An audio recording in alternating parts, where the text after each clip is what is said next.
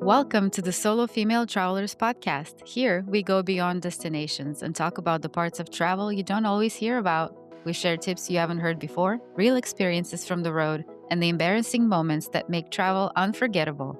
We ask the difficult questions and bring you unfiltered stories from bold, curious, and unconventional women.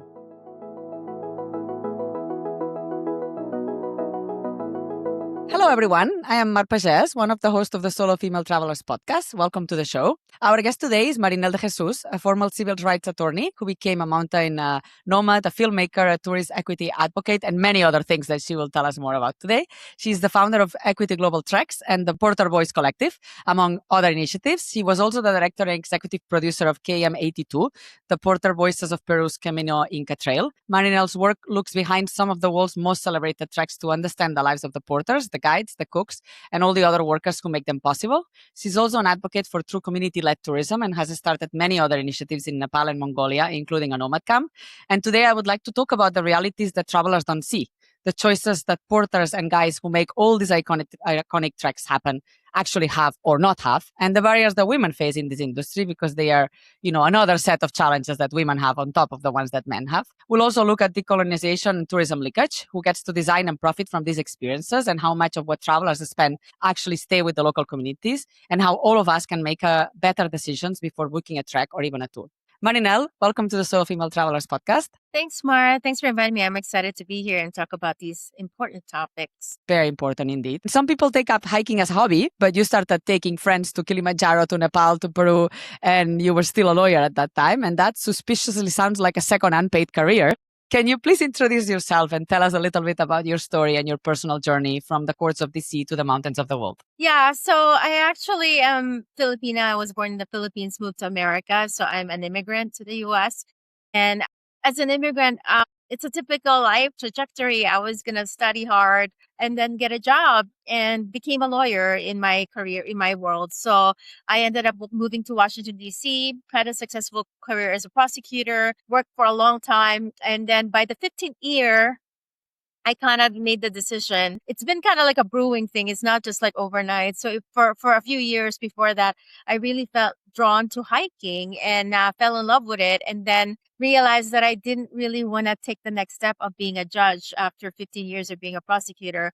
So in all honesty, I was kind of like choosing between becoming a judge or becoming a hiker. So, I mean, it sounds insane, but it is truly, when I look back, it's like, that's hilarious. So, but then I thought, what do I do with hiking? Like, what is that exactly? So, because I have to make money, I have to live. So, but then my friends were seeing a lot of things along the way, because I used to organize a lot of treks through meetup.com.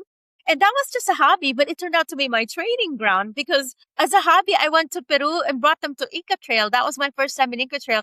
30 people came from Washington, D.C. with me. Wow. And people said, wow, you can organize. I think you have some skills here. And I was laughing because it's like, no, I'm not going to like quit my job to organize trips.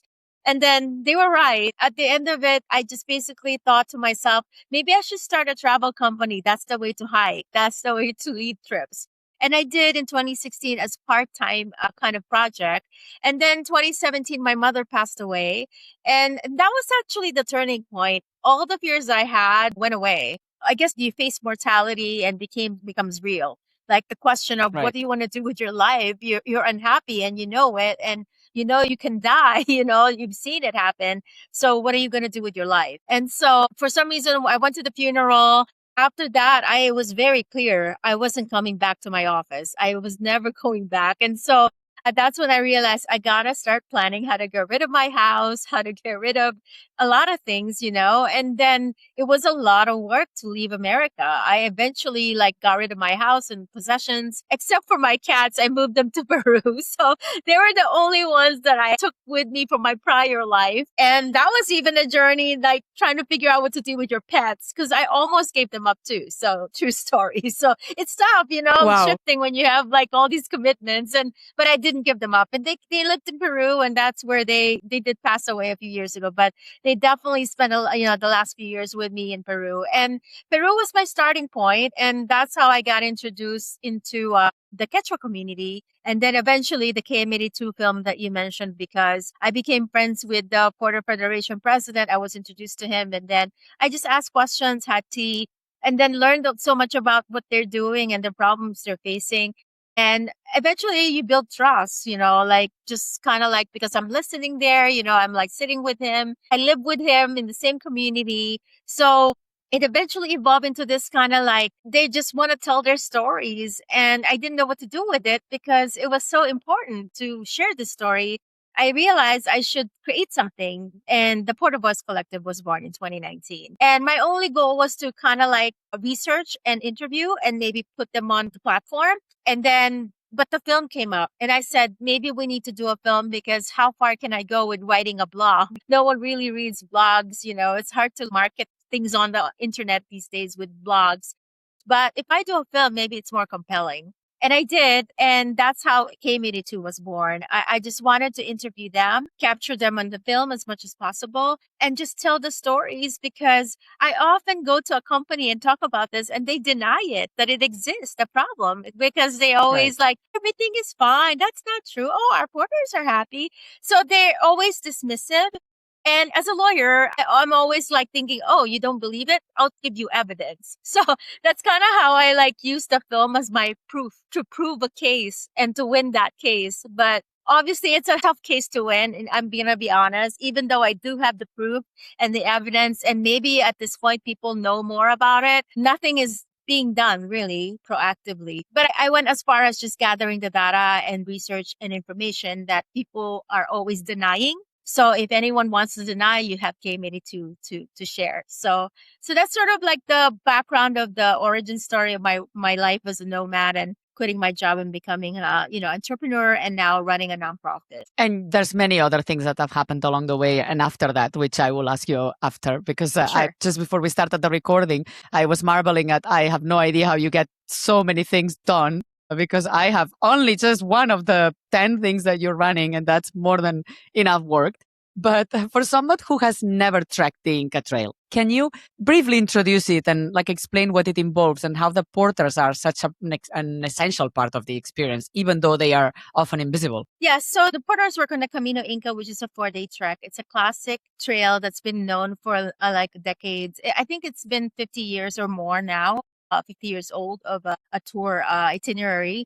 It started out with, I think, a discovery, as always, by someone from the West, a male person who came over to the region and realized there's the Machu Picchu ruins, right? That area, the citadel. And then in order to do that, though, he had to hire people to do the labor to carry gear because, back then, I think they have also maybe mules, but they needed people to guide him, So that's kind of how the guiding and portering started on that trail. And from there, obviously, people started realizing, oh, there's tourism here. There's money here. We can create an experience. And then that's when Camino Inca was developed with the government and, private companies coming in, foreigners coming in. And then it became a marketing thing for everyone. It's like, okay, we're going to now market Machu Picchu plus the Inca Trail. So they all discovered that there are so many trails. Inca Trail, the 4-day one, is not the only Inca Trail. Inca Trail runs through all over Peru and even beyond. In fact, there are some trails that haven't been discovered yet. So when we talk about Inca Trail, it's immense. It's not just a 4-day classic trail that is touristy. So porters came out of it because of the fact that once the government came in and now they realized they want to preserve the ruins because it's gorgeous, it's beautiful, it's historic.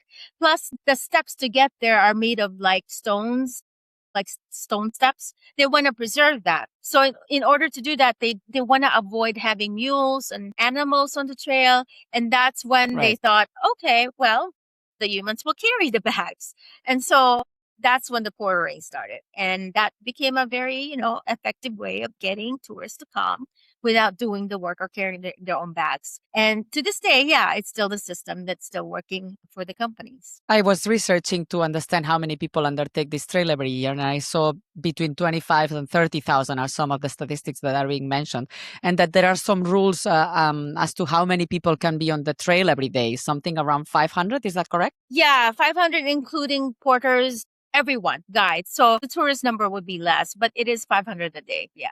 And typically, how many porters do you need if you have 10 tourists? Actually, I think it's a lot. I mean, for 1 to 2 people, maybe you'll at least get 6, 7, 8 porters because they have to carry tents. They Yeah. have to carry all the food, and then so imagine if there's 10 people, right? That's a huge group. So it's kind of almost the Right. same. I would say kind of the same system as in Kilimanjaro, actually, Right. So if you in have 10 terms of guests, you will like, end up having 60, hmm 70 porters and guides yeah, and, yeah, chefs and exactly. stuff. Yeah, It's yeah, about, exactly. it's about 6 to 7 per person, more or less. And Yeah, I yeah. assume that, the Inca Trail, the Inca Camino Inca has become a very, very popular place in the recent years, right? So I imagine that with all of this rising popularity, things have also changed. Do you think they have changed for the better or for the worse? Oh, that's a good question. I mean, it depends on what context, right? I mean, there's the conservation aspect of the place, right? It's always a controversy, the controlling the crowd, for example, or Yeah. the preserving the environment and, preserving the cultural heritage. I mean, I can only maybe speak regarding the porters because the other part, I'm not really as an expert on it now these days, but I think like for the porters, as far as I'm concerned, I know there are laws for porters. They do have regulations on how many they can carry, the payment even. In 2022, they amended the laws for better wages, better conditions. There's even conditions on overtime. There were improvements. So if you ask me, have there been improvements in terms of porter laws? As far as I know, yes, because I was told in 2022, and I did get a copy of that law actually. Alberta or someone did share that, and then I saw that, okay, I saw the numbers have changed in terms of salary and all other things. But the problem is it hasn't been enforced. It's not being implemented. So I don't know how you can say it's improved. In fact, maybe it's just the same or even worse. And from what I've heard after that happened, the 2022 was enacted, I talked to some companies, and companies' attitude is like, oh yeah, that happened, but yeah, it's not really Same, happening, same. So yeah, like it's not like they're saying, oh yeah, we did this and that. So what I heard is that the companies kind of got together, tried to figure out a strategy to fight it. That's kind of like the impression I got. And I think they're successful because as far as I know, it hasn't been really enforced, and the government, I mean, there hasn't been any enforcement on their end. They created the law, but it's just there. And can you walk us through what a porter actually does? Because, the hikers are hiking up and then, the porters will whisk through and they'll bring all of the stuff. And then magically, when you arrive as a tourist, as a trekker, when you arrive at camp, everything is set up. What does that mean? And what goes behind in the background that the tourist doesn't see? Well, basically, they're the ones who are taking care of all the things to make your stay comfortable, to have your hike, to make it easy for you to climb mountains. They carry everything. They basically carry loads. That's the duty of a porter. But besides that, they basically set up the tent, set up the gear, the dining area. They help the cook. They're usually running up the mountains and trying to get there sooner than you so that they can set up the place before you get there. And also, they take care of clients when people get sick.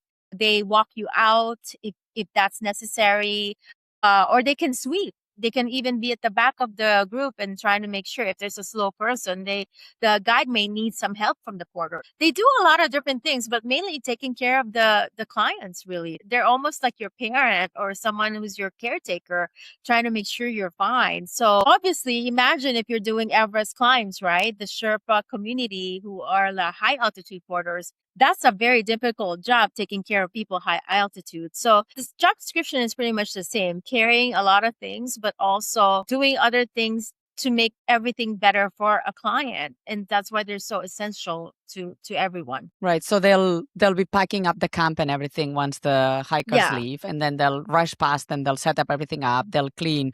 They'll fetch water. I guess there are portable toilets. I guess also that they're carrying, or are these existing? Yeah, that's also part of it. Depends. Yeah, in Nepal, it's tea house, but for example, in Peru, it's definitely like Kilimanjaro. You have toilet sets. Yeah. So they carry that. Yeah, and there's somebody who needs to carry the toilet and all the water that is needed for everyone. And technically, like you say, there's regulation to how much they can carry, right? 20 kilos for the men, 15 kilos for the women. And then they carry their own personal things, I suppose. Yeah. And then they're supposed to be given food and a place to sleep and, a tent to sleep. and proper food that will be nutritious and obviously energetic considering you're hiking up. What is the altitude of the Inca Trail? The Inca Trail itself is actually, the highest point is about, I want to say above 3,000, sort of like 3.5. So it's not very Meters? high. Yeah, meters. Yeah. So, okay. Okay. Actually, let me think about it for a second. Maybe it might be even more than that. I think it's above 4,000 meters. So that's the highest point that Dead Woman's Pass. And then the rest is just like, hovering around between 2,500 to like 3,500 meters. Yeah. So there are rules to how much they can carry, to the fact that they have to be given Yeah. food and a place to sleep. I believe also their clothing is regulated, right? They are not allowed to wear their traditional clothing. I think I Yes. heard So that in that's the KM. yeah. Yes. So that's the thing that bothers me a lot, because not only did they make them carry and do this menial work that's not even worth the pay, they actually tried to erase their culture and identity as well by forcing them to wear uniforms with the branding of the company on the shirt. Right. And then I think that to me, the worst part is that once they reach the top, they cannot even enter Machu Picchu. Yes. How is that? Because there's a limit to the numbers of people who can enter Machu Picchu. So they stop at the gate. Yes, they don't want them to take up that space, right? Because that is money, profit. So anyone who enters Machu Picchu should be a paying client, and the guides, Right. Right. So the sad thing is we did the filming and we followed their lives with Alberto and the other porters. And actually, before you enter the Machu Picchu, you have to go down the mountain all the way to the train station early in the morning. And they're usually rushing down because they don't want to miss the train. There are things people don't even know how dangerous it is, because I went down there like in the dark and I'm like, I can't believe they're rushing, because you got to catch the train and that's the only way to go. And they're just so used to it. But I thought it was just ridiculous, like how insanely they didn't really think about that in terms of their safety. Yeah, the whole idea of porters in Peru, they're just a replacement, to be honest. It's like animals. You see in the film, right? When someone said they're just like pack animals. And actually that's a very good way to compare. A few of the porters mentioned that they're just like pack animals. Mm-hmm. And of course, carrying all this weight, I mean, if there are limits, in Kilimanjaro, there is a waiting station before you enter the park, and the weight is being weighted. And, we do it on every tour and we very much follow the rules, right? But how can it happen that you are carrying more? Is that not weighted? Do people look the other way? What's happening with accountability? There's a trick. There's a technique for the companies to get away with it. So at the beginning, you'll see a scale. It's very much visible. Everyone goes through this entry point where there's a scale and they will weigh it. So it has to be whatever the limit is. And then they start walking up the mountain. And then they're going to have some of the excess baggage will be carried by mules. There's another way to carry those things, another trail away from tourists. And then once they get to a certain point, I think on the second day or maybe the end of the day, they will transfer those baggages from the mule to the porter. So then they increase the number of the load. And not visible to the tourists. It's like another path behind the mountain somewhere. That's how they get away with the overloading. Because after that point of the scale in the beginning, there's no more scale. Right. Nobody else is checking that. And then, of course, at that point, also there's water, there's food, there's variations because things move up and down and this and that, right? But I mean, to me, when people tell me in Kilimanjaro, oh, your trips are so expensive, I have found somebody that does it for half. Immediately, my thought is, I know how much things cost. I know what are the fees. I know how much you need to pay people. If this person is charging you this, they are not paying the porters. They are not paying the guides. They are relying on these people living off the tips that they will get and paying for their own food and for their own tent and for their own everything, because clearly this does not even cover the costs. So I find that, of course, this is not transparent to a tourist, because a tourist does not know what the minimum wages are, does not know what the park fees are, does not know all of these costs that are fixed and that you cannot circumvent. Then they don't question this. They just think you're charging me double, so you must be pocketing the difference, right? Which is completely the opposite. I am sure that this is also the case on the Inca Trail, right? So I would like for the two of us together, maybe we can work a bottoms up of what would be a minimum cost that an Inca Trail would have to cost for it to pay the people what they need to pay and for the porters to be the number that is required based on the weight limits. I don't know if we are able to do this, but maybe we can get a rough estimate. Let's assume we have 10 people, 10 guests, and we said we will need 60 porters. What is the average wage of a porter according to the law? What should they earn? Well, now I believe it's in soles. So I gotta, yeah, that's Let's the see only, I gotta what deal the with the exchange math. rate of a sole is. How many soles is it? I would say like per day. I guess I'm trying to remember what when I was there. I think when we did the KM82, it's a variation, but it's very low. Like per day, it's only maybe like $5 a day or something like that, less than $10. Yeah, That's what I was expecting it would be like the law, right? yeah, But yeah, like I really also heard you low. say that many companies don't even pay that, right? They also expect the porters and the guides to get tips, and that's what their salary would be. There's a certain company we heard about that's what they do. Of course, I'm not gonna name them because that's making myself into trouble. But they're very notorious. They in Nepal and they do it in other places where the porters were told, "Yeah, you're getting a lot of tips. Don't worry about it." So yeah. Right. And this happens in Kilimanjaro as well, right? On Kilimanjaro, the guides, many companies will tell them, you just need to get tips at the end and this is your salary. And this happens a lot there as well. That's why when somebody tells me, I found this hike that is like half of your price, I know they're not paying people, right? And on the Inca Trail, are there taxes like park fees that you need to pay to enter it? Yes. Yes, they're like kind of the same as Kilimanjaro. Their park fees, taxes you pay the government, insurance, and things like that. So it's the same setup when it comes to like tracking these kinds of things with terms of regulations and fees. Yeah. And then you obviously need to bring enough food for the porters and for the guides, right? And then you also need to bring a tent for them to sleep in. That's, I assume, a requirement by the law as well. Yes, like I think the law is vague though. I think it's more like appropriate sleeping condition or something like that. It doesn't specify like their private tent or whatever. And the thing with Inca Trail that's a problem is we got reports on the ground that they sleep in dining tents. So they don't have to carry extra tents or the company doesn't want to give them tents. So they just sleep in the dining tents, which I mean, it's just really not appropriate because they're all in there like sardines, they don't have their own On the floor. yeah, on the floor. And most often there's really no like a plastic. They just use something, whatever they can find to cover the ground. Yeah. And because it was so bad sometimes of the rain, people sleep in the toilets. We got film footage of that we put in the KMA2 where this was happening. At least that at the time of filming, that was a thing. But I can't really say that has changed. But right. So there are park fees and entry fees to Machu Picchu as well. There will be the porters' food and their lodging. There will be the cost of the porter salaries and the guides. And I assume a guide is being paid more than a porter, right? Yeah, definitely.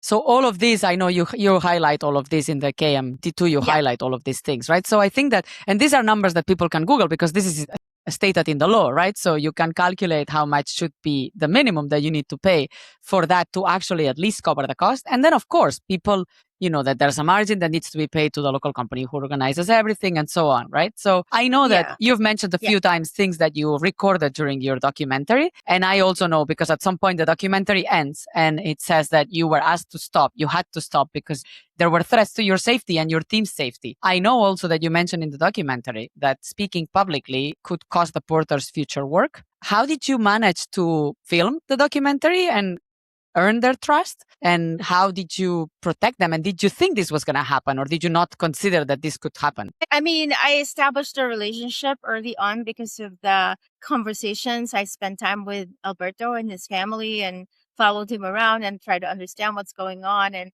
he's always kind of like trying to get as much help as possible. So he was hoping that I could be there to support them, the porters. And I told him I could try to do the film because if we have the film, you can show that to the politicians, tell the government, here, there's a film about us, So that was one of the motivations we had together, like a shared goal. And I told him, Alberto, at least you can have a film and you can show it to whoever you think can help. Because of that, I think we committed to the project. And then obviously, because I'm always there, I invest my time. I didn't make any money out of this. I raised funds for the film. And in the end, I even put my own money to finish the post-production. But it's a matter of just a relationship building, like being there for, just to meet the family and hang out and be there, kind of like be clear about what you're doing, what your intentions are, and to be able to listen to their stories and to his concerns and to kind of like work together on how to address the issues. Eventually, I did realize that it's actually, I knew there were risks that some people may be unhappy or they would just try to like talk badly about us. I didn't think it was that bad, to be honest. I was a prosecutor for a long time. I had people get mad at me, but I've never had it this bad. So to me, it was like a piece of cake being a lawyer in DC. This was a different kind of advocacy where I didn't realize there were no laws or rules and you could do whatever you want if you're angry at someone. And so we had different reactions from people. Like one would be, oh, I want to help you. I'm a good company. I want to support you. I like what you're doing. So they want to be on our good side, sort of try to be an ally. So so that's how they kind of like try to like preserve their reputation. It's like, oh, we want to work with this group. There's the one that's sort of like, they don't know what to do with us. They're dismissive and they just dismiss our project and they spread rumors.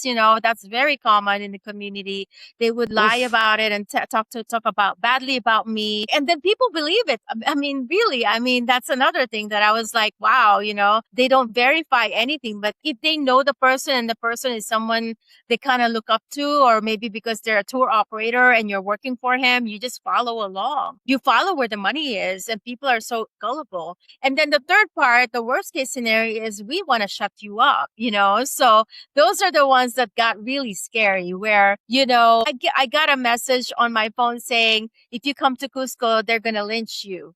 I mean, that was like, Oh my God. yeah. So I'm like, wow, okay. And then friends who say, that's all talk. It was a chaos. Like on one hand, they're saying that's just how we do it. When we're angry, we say things like that when we don't mean it. But then this is Latin America. A lot of journalists who do like human rights work, they do get killed. So on the other hand, it's really true that there is a risk, right? So for Alberto and myself, what I learned from this process, if you're an advocate, you assume the risk that they are assuming as well. Like if Alberto faces risk, I also did. And it makes sense because I'm part of that world with him and I'm supporting him with the same sort of agenda. And I think that's my advice for activists is like, if you're going to do something, you got to make sure you're signing up for that risk too, because that is the real allyship. That's what I call allyship. So Alberto and I were both attacked and we basically were just a team trying to shut down our critics as much as we could. But we both know, he already knows there's a risk. He's the president of the Porter Federation. Before I met him, he was already being bribed or being harassed. So when I got there, I'm the one who's almost like, kind of like, oh my God, I'm more like shocked. And he's more looking at me like, this is normal, so. This is my day to day. Yeah. So in a way, I was the one who had to learn to adapt and I don't think I really feel like in terms of Alberto, I think he's a leader in the community. So in a way that kind of gives him a little bit of protection, I guess. So to me, it's more like me that I'm worried. He was worried about me because I'm not from there and I'm a foreigner. So I wasn't sure who's protecting who, to be honest. But I know that the embassy didn't help me, I'm going to be honest, there was nothing there. So I was on my own. And then I got saved because I had to go to Mongolia to do another project there with the women-led migration. That was after that lynching threat. And then the COVID happened and it shut down the world. And then I ended up being in Mongolia for 294 days. So, yeah. And then, yeah. So you left for other reasons. saved And my then life. obviously that was, yeah. But the documentary had to stop at some point. You just decided. Well, when it was getting hot, right? It was getting heated. Like there was this kind of momentum. At first, it was just like, did you hear about this? Did you hear about that? And then once we did the filming in Inca Trail, and I think they realized these guys are just not stopping. The threats became harsher. And then at some point, I guess we were lucky because at the time that it got really bad, we got most of the filming done. We could have done more, but at that point, we decided it's not even worth it. Let's work with what we got. So, yeah. So you had a lot of evidence already. But you told me about 3 types of companies and none of them was actually a supporting one. Was there no company that you found that genuinely was following the rules and was ethical and was caring about the porters? Not a single one? My view on this is the issue is systemic. So if I may give you one name of a company, personally, I'm not that excited, like, yay, but then what I want personally as an activist, I want the industry to come together and fix this problem that they created. I know a lot of people ask me who's the good company, who's the bad company. I really am not interested in that because if I give you a list of good companies, it doesn't really change the system. Like not to the way that it should change and no one is taking accountability. So I can name one company, then they get all the clients. So what? Then there's more profit for them. But then even that, I would tell you, there would be one company that does good in one way, in one part, but on the other end of it, they may be doing something wrong. So my experience with the companies also, maybe the wage is good, but then maybe the food is bad, or maybe they're treating them badly in a different kind of way. That's what I learned on the ground. So that's why I don't even have a recommendation. For example, they're not even fighting for that uniform policy. Sure, you give them good money, you give them good gear, whatever. You have some sort of like other services for them to support them. But why aren't you fighting for them regarding this uniform and their culture and identity? That's the way I think, Like, am I going to recommend that company and say that's an amazing company? In my view, they got to do more. So, but these are systemic issues, right? The uniform issue is a systemic issue. Now, if I see a company fighting for all those bad things, like holistically, truly an advocate, then I will tell you that's a good company. But I'm honest. Honestly, no one is doing that. They'll do a little bits and pieces to pacify the masses. If there's any controversy about the wage, they'll increase it. But it's all damage control. The companies are all about profit, and they will protect their profit to the day they die. Like it's mafia in Peru, to be honest. It's really dangerous to challenge the bottom line of their profits. That's why I got threats. That's how bad it is. The fact that I got threatened talking about this, that tells you how toxic the tourism industry is. Right. I mean, I've never heard an activist being threatened so publicly and so widely. I haven't heard of it in other places, not to this level. I'm sure it happens. It's just like perhaps not that visibly, in a way that they know is being filmed. So they know that it's going to have visibility. Yeah. Well, I mean, they were anonymous, though. I don't know who it is. It was a random text. Obviously, they don't want to identify themselves. Otherwise, I would be telling people about it because I have that text message. They even filed some paperwork to get me out of the country. I don't even know what kind of paperwork that is. But there's no basis for it because I'm not violating any law. It's really about shutting you down and scaring you. That's just like the icing on, like a piece of it. I was actually, my enemies were men. I'm the only woman. So I'm a one person.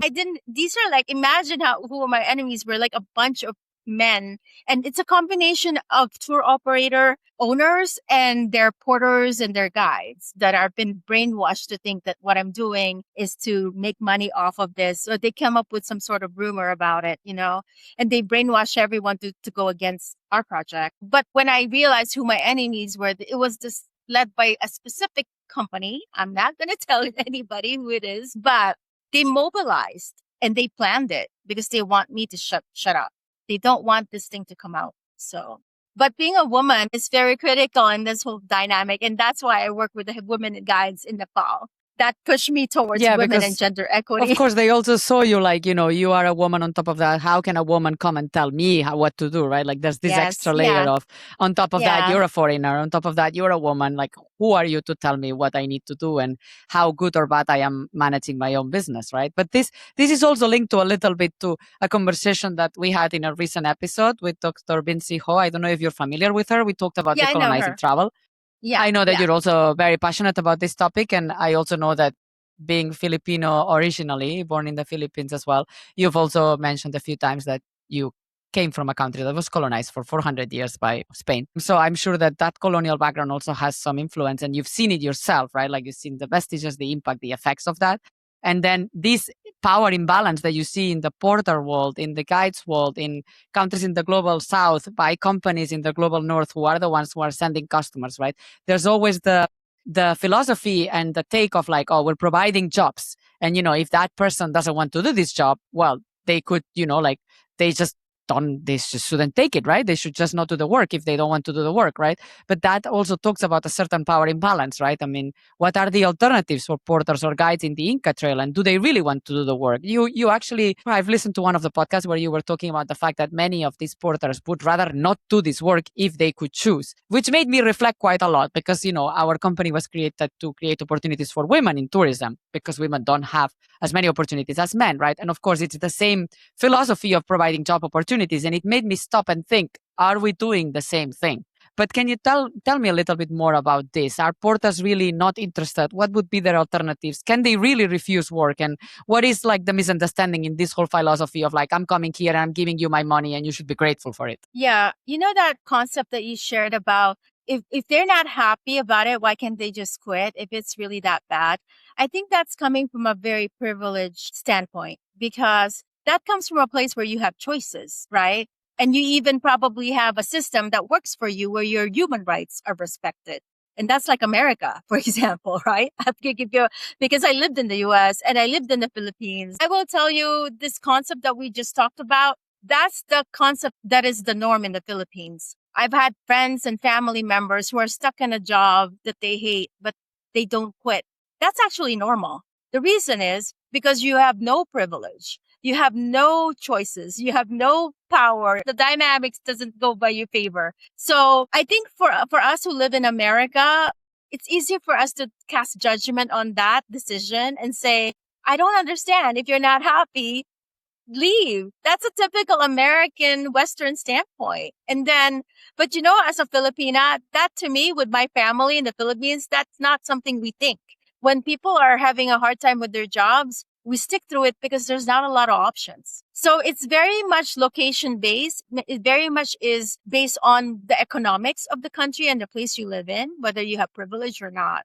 So I want to clarify that point that we need to not say, don't ever like make judgment like that on other people's situation, especially if it's not the same country as yours, because there are power dynamics that you just never are familiar with. You never live with it. Right. That's one thing.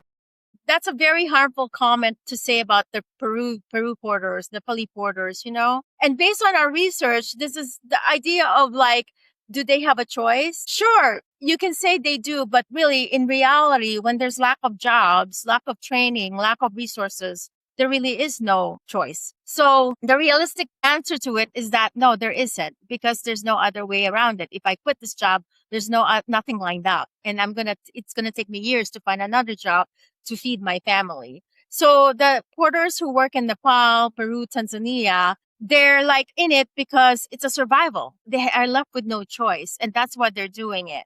Having said that, when I talked to Alberto and the porters, I asked them, I already knew that wasn't a choice. I understand all that concept and everything, but I wanted to know, would you want your children to even continue with this job if there's any other option? And he said, no, of course not. Of course not. No one really wants this job. And he shared with me their vision. Like for him, for example, what he wants is for tourists to come to his community and they can create their own tourism. We have to look back at the history of the Inca Trail. Whose idea was it to use people to carry bags? The porters didn't sign up for that. The Quechua people didn't. It was actually some white man. You look at the history, that white man who claims he discovered Machu Picchu. It's that guy. And so it's his idea. And then we ran with it. And 50 years later, we're still doing it. So my position on Inca Trail is we need to reverse this. We need to revisit this ideology. Why can't we start over and just like ask the porters or the Quechua people what they want in terms of involvement with the Inca Trail? Because I bet you they were not going to say and tell you, I want to be a porter. That's the job that I want. It's ideal. It's not. That's not the reality on the ground. It was an idea given to them. And the idea of like, they should be happy because we give them jobs. Sure, that has some sort of validity because a job is a good thing. But if the culture of the job and the condition of the job is inhumane, and it's a place where workers lose their dignity, do you really feel good giving those jobs to them when that's the kind of condition they're in? The hardest part of KM82 for me that I still live with is I know with the KM82 and whatever I do as an advocate, I can maybe help them get more money as wages. Maybe the conditions would get better. But a lot of the porters in Peru have been working for years, 20, 30 years. Those people that I met, we interviewed, they always looked down when we talked to them. They had this demeanor that I couldn't figure out, but it was the same for most of them, like 99%.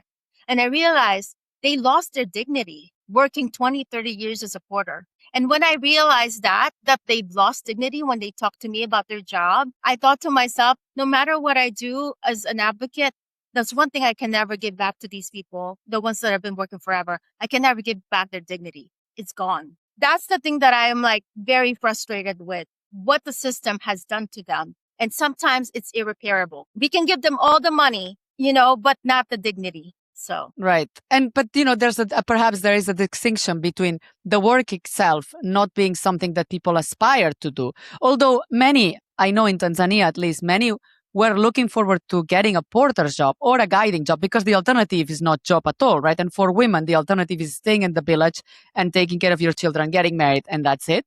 And so some of them would want that job versus no job at all. But the problem is when that job comes with no dignity, no rules, no minimum guarantees that that job has dignity and it meets a minimum requirement that you can do the job in a way that doesn't harm you physically, right?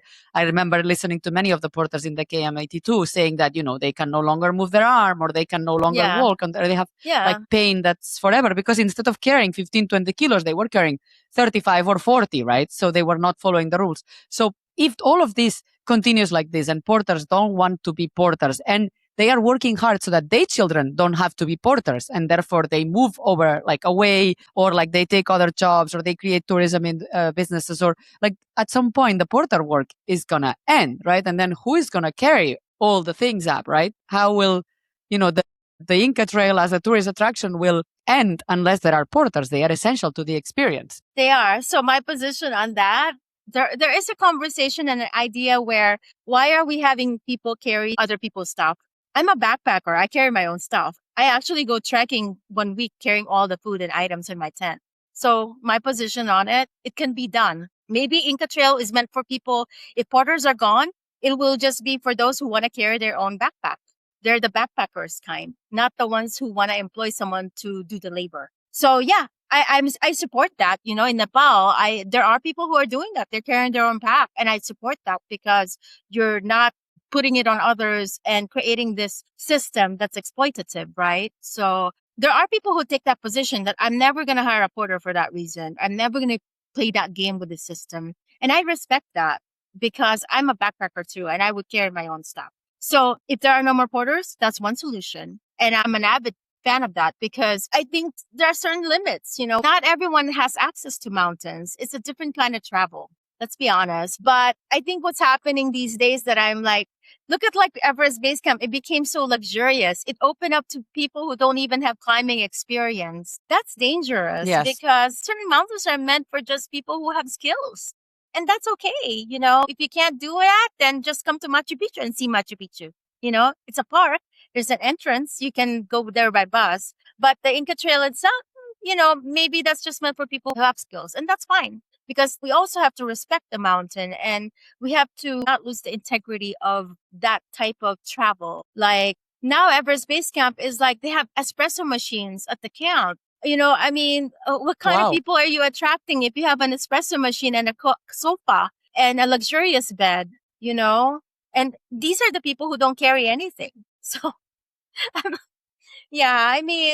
so we need to kind of like be honest and real and just accept certain limitations. And I think that's fine. We've been talking a lot about the Inca Trail in Peru, but you have projects in many other parts of the world. And now you're also working in Nepal in particular, right? And you've also interviewed and have projects in Tanzania, like we talked about. You have projects in Mongolia.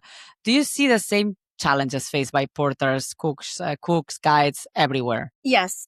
That's why I'm in those places because as a lawyer, I'm interested in the systems and the comparative law.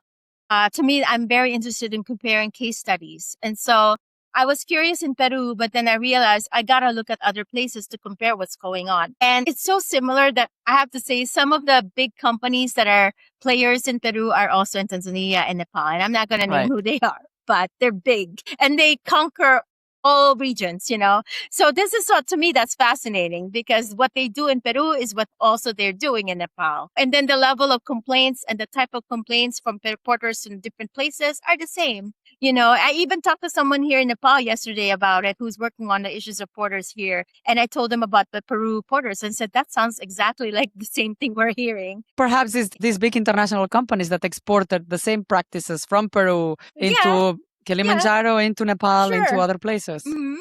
Yes, it's their business model, right? But obviously it's hiking, it's trekking, it's supported trekking. So it's the same system and elements to it. So yeah. And with all of this is how you started the Porter Boys Collective, right? Tell me more about it. Well, it started with the Quechua community work with the KM82 film in 2019. So it was because we wanted to do the research, and then we did the film as the first project.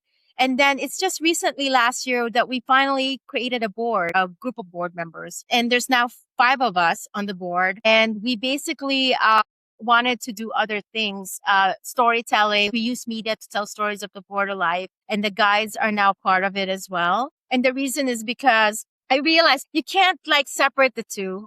A lot of them start out as porters and they become guides. And so Yes. when the exporters, right? So a guide who was porter for a long time, she or he had the experience of being a porter. So it's kind of weird to kind of just say, oh yeah, we just want to focus on porters. But then when they shift to being a guide, they forget about them, you know? So it's like, to me, it's like whatever.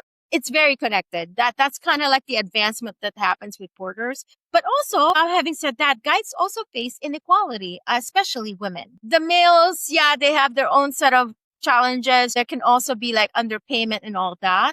But women are getting more of the difficulty because of patriarchy, the element of gender. Yeah. Yeah, it's quite difficult. We see it in Tanzania because, as I was telling you before we started the recording, and as you know, we have been offering safaris and Kilimanjaro hikes in Tanzania together with our local partner Glory, who is who also started the foundation, the Women Guides Foundation in Tanzania, and she's been working for quite a few years to train more porters, more guides. We have trainee guides and trainee porters on our hikes, because the problem for women is that great, you get the guidance certification, which already costs a lot of money, and we help fund, and our guests have helped fund for new guides. But then who's going to hire you when you have no experience? And on top of that, you're a woman, which means that if they are hiring a woman in an all-male team, they need to provide separate accommodation for that woman. They're not going to bring a separate tent and a separate equipment just for the 1 or 2 or 3 women who they have in a group of 50 or 60. So it's like the glass ceiling is like so much bigger and so much thicker and so much harder for women because they have all the same problems as the men. And on top of that, they have to fight the patriarchy. They have to fight men telling them that they cannot do this job, that they cannot carry this weight, even though they're carrying loads of buckets of water and wood and the children on their backs on a day-to-day basis while the men are in the bar drinking beer, at least in Tanzania. So like, all of this is like an extra thing, right? And in the Porter's Voice Collective, I know that you're right now in Nepal as we are talking, you're in Kathmandu, right? And you are just starting another round of training of more women to become guides in Nepal, right? So tell me how this initiative started and what progress have you made on this? Yeah, it started because I am an avid long distance hiker, and I wanted to walk on the Great Himalaya Trail in Nepal, which is a 1,700 kilometer high altitude trek. And wow, there are like, it includes Everest Base Camp, for example. It's a high altitude trek, dream trek for avid trekkers like me. And when I started researching, I asked around if I could get a female guide to walk 100 days or more. And the answer was no. No, we don't have a woman guide for you. Here's a man, go with so-and-so. And to me, I was like, what? Like, because, they have female guides in Everest Base Camp now, right? Langtang. It's now common. Yeah. That's when I realized there's a problem. Like, wow, so basically, if I have a dream trek that I want to do 100 days in Himalayas, I have to settle with being with a man for 100 days. And as a woman, I don't know this guy, Most men I've worked with as guys are amazing. Don't get me wrong. But 100 days, as a woman. It's 3.5 months with a guy. Yeah, right? Exactly. So to me, I want to be with a woman. I want to trek with a woman because I'm a woman. And why do I not have that option? That's kind of, to me, that doesn't make sense. And the reason is because women are long distance hikers. I'm a long distance hiker. So if I can do it, a Nepali woman can for sure, especially the Sherpa women that I know live in the She mountains. probably does it on her day-to-day basis. Every day she's hiking at least 5 to 10 kilometers on their day-to-day chores. Exactly, right? So to me, I'm like, this is insane. I don't want to do this with a man. It took me almost a year. I found Mingmar Dolma Sherpa. She walked with me for over 100 days. She was the only one I could find. And when we finished the trek, we looked at each other and we go, what should we do about this? What's next step? Because I learned so much from like walking with her and her insecurity as a guide, the challenges. And I told her, Mingmar, I think we need to just make more of you, because the industry keeps telling us, no, female tourists are getting a bad bargain out of this. We're always being given a man. And like, we need to have more women. And that's how it started. We pitched the project at the social entrepreneurship competition hosted by a number of organizations in Europe, and we won. We won the competition. So it was validated by a lot of tourism organizations. And from there, we then figured out a way to get funding for the first round of our training. We then got the Porter Voice Collective, get the 501c3 status, and we got the board members. And then we finally launched February of this year. And it was amazing because what I learned out of this is that women are not meant to just be guides. They are meant to be leaders of their community. You have to be a leader on and off the trail. And that's what we're trying to cultivate. It isn't just a guide training. It's actually leadership training. When we do our training, we don't just tell them how to be a guide, like maps and navigation, first aid. The most important component of our project is the leadership. And from the first pilot program, the main theme that they got out of it is use your voice to speak up. They actually finally understood the importance of self-advocacy. So when you look at the Nepali guide trainings in Nepal here, they don't teach you advocacy. They don't teach you to be a leader. They just teach you to be a guide who follows rules. And that what's different for us is that we're cultivating a group of women who will now be independent and speak for what's right and be advocates for equality and equity, which is workforce equity, which is the mission of the Porter Voice Collective. The women love it. I think they felt heard for the first time, felt seen. It was very emotional. They talk about their personal struggles with patriarchy in Nepal. And they didn't realize there could ever be a space where they could just be themselves and say, I've had with it. I'm tired of it. And it was really, I mean, I'm inspired. It's just, for me, I needed that too, to hear other women say that they're struggling. And so now we're going for the second training, and we now have a leadership group of women from our first cohort who stepped up to be part of the leadership team, who are now presenting training programs for different sessions. They're like presenting topics. So it's a pathway. It's a career pathway. It's not just a guide training that happens once and then we're done. Nepali is very patriarchal. So the way they teach women, it's also kind of patriarchal. Like, okay, woman, you want to be a guide? We'll give you the tools, but that's all you're going to do. You're not going to be speaking up against us. Like it's kind of like sort of like putting you in a box, right? That's kind of like what we learn. It's not the kind of leadership that they really need, because being a guide, you have to be a strong leader. You really do. It's a tough job. And with porters being exploited in Nepal still, we always think that one of the ways we can solve the problem of porter issue in Nepal is to cultivate women leaders. Because women leaders, actually, when they speak here, a lot of people do listen. There's some sort of like prominence for women's voice when they are part of a community and they say something. They're kind of given a bit more respect. So a lot of the women, they want to teach, they want to instruct, they want to present. So I think our goal is to basically have them become leaders and one day be the ones to empower the porters in one way or another. So and guiding is a job that people want to do. Like women, they want to do the guiding work. This is it's a job choice. that's respected. Mm-hmm. Yes. So they have more sort of privilege and power. It's hard to find a leader in a porter community. Peru is very different because they have a system, but in Nepal, there's no porter federation. So it's hard to find a leader who will mobilize porters. But for female guides, they can be invested in it because it's a way for them to lead the community. They can be part of our organization as part of our training to represent our organization and go to these communities and talk about safety with the porters. And because porters are part of your team. So you have to also take care of them. Like, what is the career path for a guide? Like, do they then start their own company? Can you hire a guide directly? Like, on the Inca Trail, you need to hire a company who hires the team, right?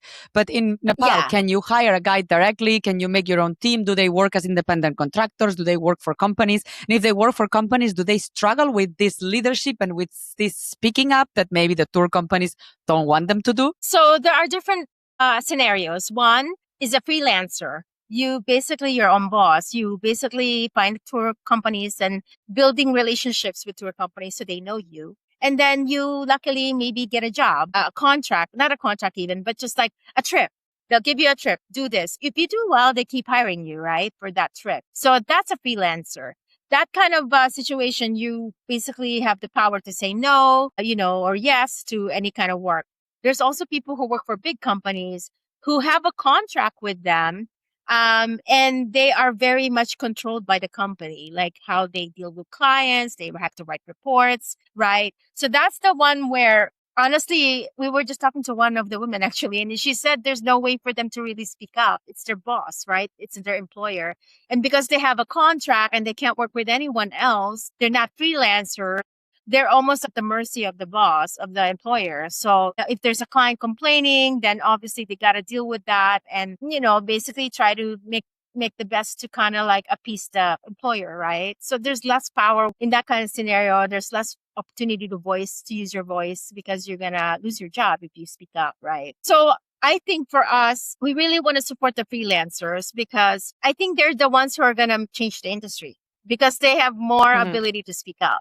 Because to them, if they're very good and they got qualifications and we train them and we give them certifications on different things in advance, maybe they don't have to worry about not getting hired. And then they'll be more inclined to speak up because they're more like, well, it doesn't really matter because I am valuable, right? So like I got a lot of skills, I can get another job. So if there's someone who's not equitable, we want to have them have like the opportunity to speak up and not be afraid, right, to lose the job. But the ones that are stuck with a contract, that's a tougher situation where I don't think they can really be an effective advocate for change because their job it's risky. They might lose it. So those are like kind of like the scenarios for a lot of women. Also, like word of mouth, right? Like if you're a freelance guide, you have a good experience. The first thing that your friends who are wanting to go to Nepal are gonna ask you is like, who was your guide? Can I hire her? Was she a good one? So like this word of mouth works very well when you're a good guide, right? You can have your own portfolio of clients directly from word of mouth. Yeah. And so far, exactly. in these two cohorts that you've had, how many women did you have in February this year and how many women are going to start now? So we don't want to make it too big because we also want to limit it because of the attention and focus on the women. For us, the first one was about 21 women for That's a pilot. A lot. And then, yeah, it's a pretty good number because we don't have a big space anyway to begin with, be too cramped. But this coming session, we have already 24 applicants after first week of publishing the announcing the training. So we might get more, but in all honesty, we may just limit it to 25 or 30. I mean, even that is pushing it. So ours is not about numbers. It's more about the quality of the women. And our goal is really to make sure the people who joined the first time should continue returning for the benefit of being this is a continuous kind of professional development, right? So honestly, we don't really want too many right now because it's a lot and we want to get to know them as well. I mean, it is a challenge as well for women because they may suddenly have children or get married and maybe they can no longer guide or they are not allowed by their family or by their new husband to guide again, right? So then the investment is lost, right? Sometimes this is the challenges that women face in some countries. I see this in other countries, not just in the hiking industry or in the outdoors industry. Sometimes a guide that will do multi-day tours with us suddenly gets married and the husband doesn't want her to be away from home. And I know. she just turns to day tours instead, because then she can go back home every night. Yeah. So our hope is that they're going to have a mind shift about that where, being a trekking guide, you can continue doing it even though you're married. Because I know women like that who love hiking, who love the mountains, and they still get to do it, right? So it's possible, but you have to commit to it to really say, I want to do this and find the right people to support you and, not have someone who's going to make you shrink and to stop your dreams, right? So, but it's a lot of work, obviously it's up to the women, what they want to make out of the training. Like you can go as far as leading the 1700 kilometer Great Himalayan Trail. That's our dream to create more Mingmars where there's like 3 or 4 or 5 women. We can say you can hire her and she will walk from east to west over 1700 kilometers. So to me, that would be an amazing trek. Yeah, that would be an achievement for us, both Mingmar and I, because we were saying like maybe in 5 years, we'll have 5 women who can do the GHT because GHT is the longest high altitude trek in the world. And which means it's not for all the women that we're training, right? It's for those women who love the mountains like we do. So it's a specific kind of women. And there are women out there who really love the mountains in Nepal. So yeah. And, I'm going to invite anybody who is listening us to go and listen to the new podcast that you have launched, the Porter Voices podcast, which interviews Nepali guides and it's them telling their own story. I listened to the first episode that is a 3-part episode with Durga. I listened to it yesterday and it was very nice to hear her tell her story.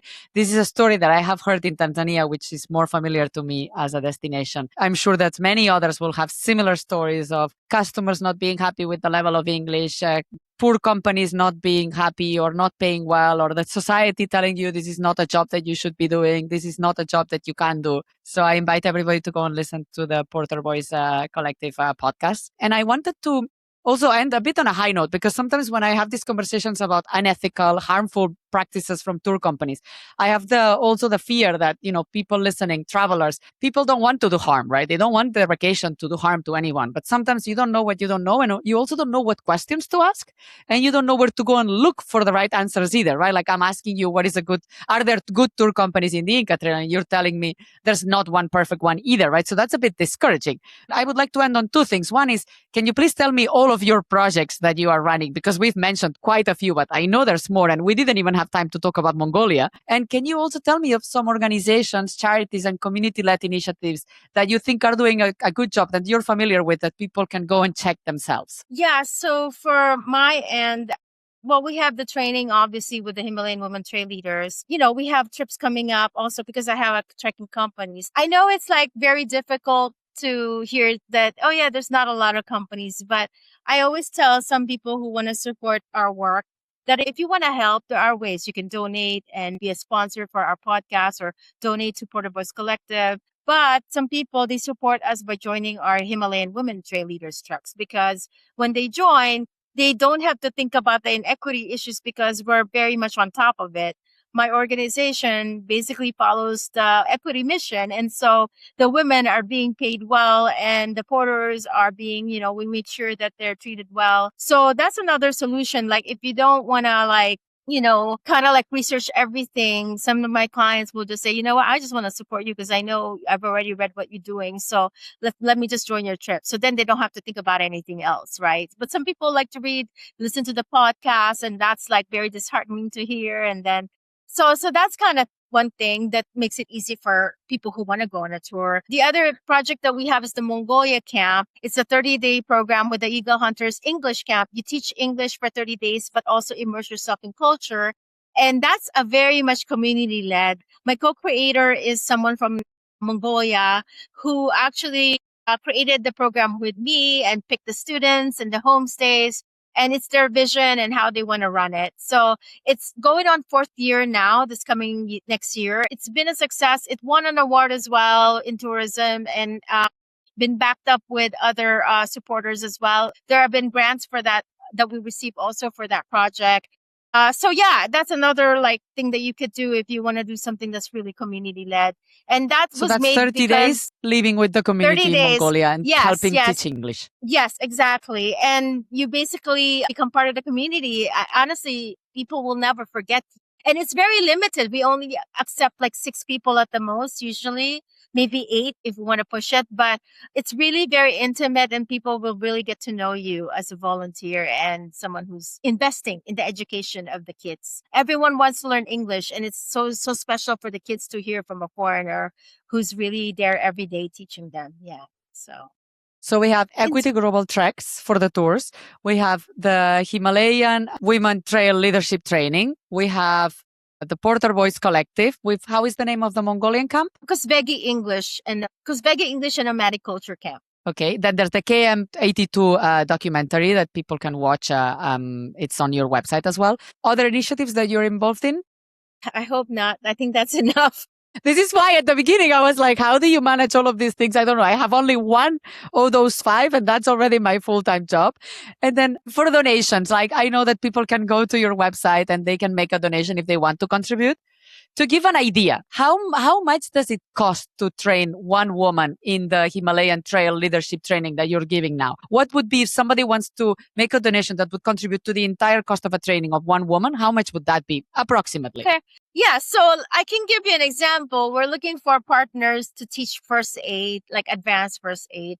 So the first aid training for 3 days, for example, can start at around, I think 10,000 rupees or 8,000, 9,000, 10,000. So that's like the lower end. But if you want to have more training, it would be maybe up to like 20,000, or even there's one for 80,000, which is a 10-day advanced training. So I think the rupees conversion is, I think it's $1 is 150.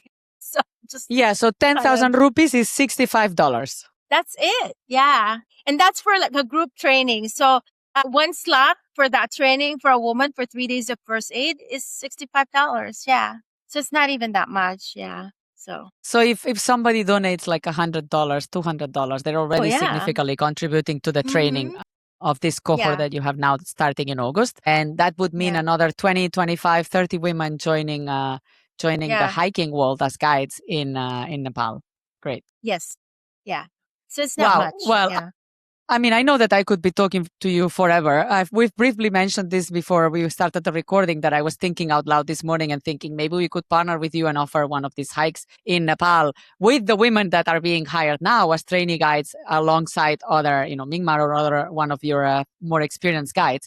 So that, because as we said, the problem is that is not getting the training. The problem is that then who is going to hire you and getting the on-the-job experience. That's what's really tough. We saw that in Tanzania too. So if anybody who is listening would like us to do that, please comment. Leave a comment on YouTube, on Spotify, on Apple, and let us know that you would be interested, because maybe we'll take this up with Marinel and we'll think about how to make this happen in the future. I know, Marinel, that I could be talking to you forever. So thank you so much for joining us, and thank you for all the work that you do. I think that, you have built a trekking business around taking people to beautiful places, and you could have left it there. But then, you started to ask questions as a good lawyer, and, you couldn't stop there. And you started to look for evidence, and, with your legal background and your platform, you started to advocate for people that make all these treks happen. So thank you for all the years that you spent building all of this and the trust with porters and guides. I know that that what you're doing in Nepal is going to be great, and that means more women guides that can help female hikers explore the country on their own. I hope that everybody who's listening to us today can have more hard questions to ask next time they book a hiking or a trekking tour with any other company, and they should start observing how the porters and the guides are being treated and raising those questions, because I think that what we sometimes forget is that money talks. And I know this because, like you, we've also raised some questions in Tanzania with some of the big companies that will go unnamed, and challenge them and like call them out online, saying that why aren't you having women guides? Why aren't you having female porters on Kilimanjaro? And as a result of that, they suddenly have the Kilimanjaro queens, the guides on the mountain taking guests up, that now are actually a feature that they promote and sell. I don't care that they are doing it for money and for business. At least they're hiring women. But what we sometimes forget is that money talks. And if you raise questions, you bring feedback, you post things online, and you start making noise, eventually companies will listen. So the consumers are the ones that really have the power here. So we're going to put all the links to all of Marinel's work in the show notes so that people can go and watch the Porter Voices of Peru's Camino Inca Trail documentary and all the other initiatives that you're having. Thank you so much, Marinel, for your time and for sharing your perspective with us. And if you enjoyed the podcast, leave us a review, leave us a comment, let us know anything. We'll read them in all the podcast episodes. And go and listen to Marinel's podcast, the Porter's Voice Collective podcast. It's very nice to hear the first episode with Durga and all the other ones that are coming back. Thank you, Marinel. Thank you once again. Thank you so much for having me. It was a pleasure talking about this with someone who's an ally in the industry. I really like the fact that you emphasize for the people to ask questions. I think the change starts with asking questions and getting some answers. And I can't agree more that as tourists, we should have the responsibility to be curious. Curiosity is part of travel, and we should definitely practice it more. So thanks for, Absolutely, for reminding everyone. Absolutely. Bye-bye.